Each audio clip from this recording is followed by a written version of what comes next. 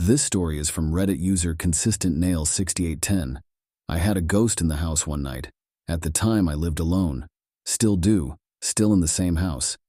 I was 35 and had been living in my home for about 2 or 3 years. Nothing out of the ordinary in those years. One night I was reading in bed. It was an average-sized bedroom and my bed faced the door, which was open. I had no pets at the time and no reason to close the bedroom door. I read most nights before bed, so I was sitting up in bed, light on, reading. For some reason, I had the creepy feeling I was being watched. I couldn't get over it. I'd be studying the words, trying to immerse myself in the story, but I could not get over the feeling I was being watched. I kept looking up.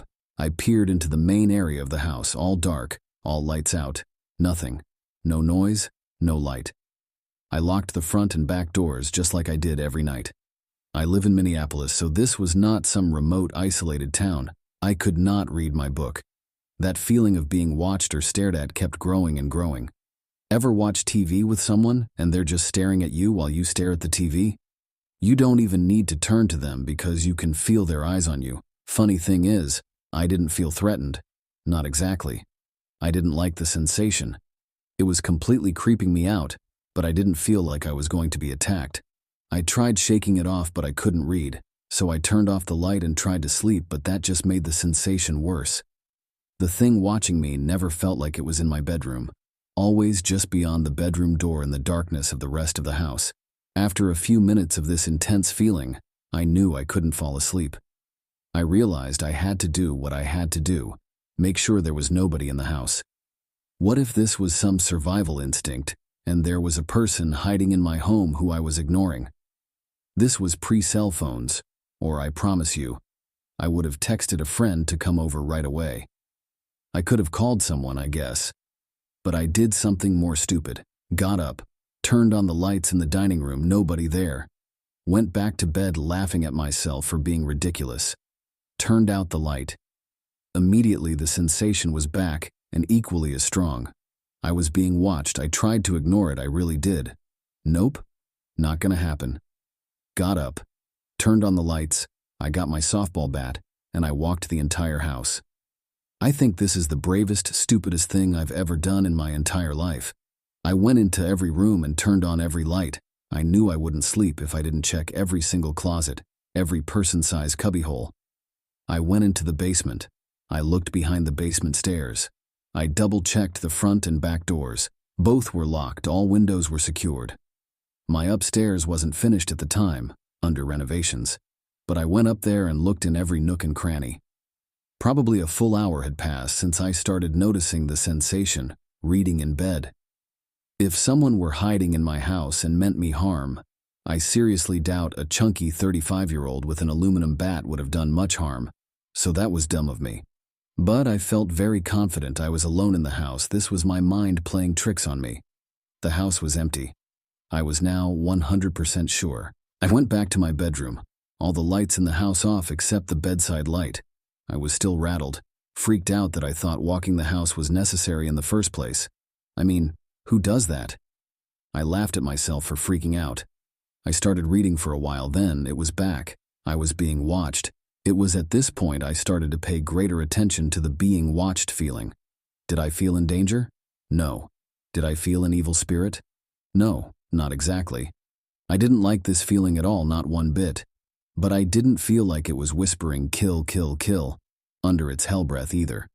It also felt, and the hair is going up on my neck as I type this, intentional.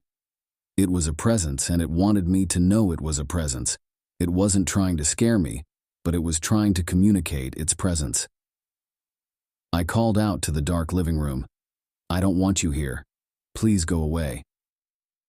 Nothing changed. I yelled other phrases like "I don't know what you want" and even "go into the light." I got that from the Poltergeist movie, the original one. This now strikes me as a dumb thing to yell, but I didn't know what else to do. I can't say I believed in ghosts, but I also can't say I didn't. I have had weird, freaky things happen in life, but nothing like this. I was being watched. Okay, I said to myself, fine. No sleep tonight. I read my book to the best of my ability. Knowing there was no one in the house with me, I woke up in the morning with the bedroom light on and the book on my chest. The last time I looked at the clock was around 4 a.m. In the morning, my eyes burned since I had barely slept and I felt hungover, exhausted from tension. The feeling of being watched was also gone. I walked around the house and it felt like it did every day, just normal. I called in sick to work and slept until noon. Since I had the day off that afternoon, I did house projects. I was in the middle of cleaning out a filing cabinet, throwing out old papers and making room for new stuff, when my phone rang. I was sitting on the floor, papers all around me. The woman said, "Is this Eddie?" I confirmed. I didn't recognize her voice. This was way before constant telemarketers calling. If this happened today, I would have just hung up rather than answering. She said, "I'm a friend of Richard. I am very sorry to tell you that he died yesterday afternoon after a lingering illness. You were one of the friends he wanted notified." Richard and I had been friends in college. He had once expressed he had deep romantic feelings for me, but I did not return them. We stayed friends but eventually drifted apart, partially due to his clubbing lifestyle. He wanted flashy clothes and jewelry, and I wanted to garden and read books. No drama, just some friends you don't keep up with, but he was a good man, and we had several years of a really nice friendship. I hadn't been in touch since I moved to Minneapolis. I was a little surprised I was on his call list, actually. The minute she said he had died, I knew. I knew that it was Richard in my home the previous night. I knew it. It all made perfect sense. The idea of being watched, of it not being dangerous, but just a presence, as if he wanted me to. This story is from Reddit user Misery Sphere. It sounded half human. I went outside for my close to 3 a.m. walk, haven't been on one in a while, but I felt uneasy and just wanted to stand still on the porch after I locked the door behind me.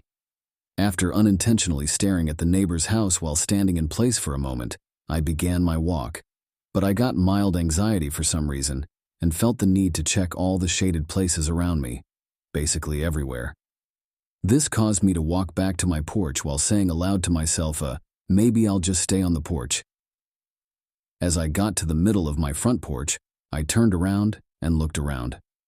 I breathed in the peacefully cold air and relaxed a bit right before the thing happened. I heard what sounded like a combination of a human yelping and a duck quacking, those higher-pitched quacks that they do when they fly, or if they're excited to be let out of a cage to be with their owner. It wasn't just in one spot, it was 2 different locations of the sound, one to my left and in the sky but close at the same time, slightly off from each other, and a third sound that came from the right, and it was way out of time from the other 2. While it sounded like this, it also seemed like it was everywhere or jumping around. The original description is where I mainly heard it. Knowing my stories of creatures that mimic animal stories, and now panicking from this human duck sound, I spun around quickly and scurried to unlock the door. I have a history of many paranormal events, but this one is one I don't yet understand. The woods is in biking distance, if you can bike 30 miles, and our small town is surrounded by farmland, but this stuff doesn't usually happen around neighborhoods, right?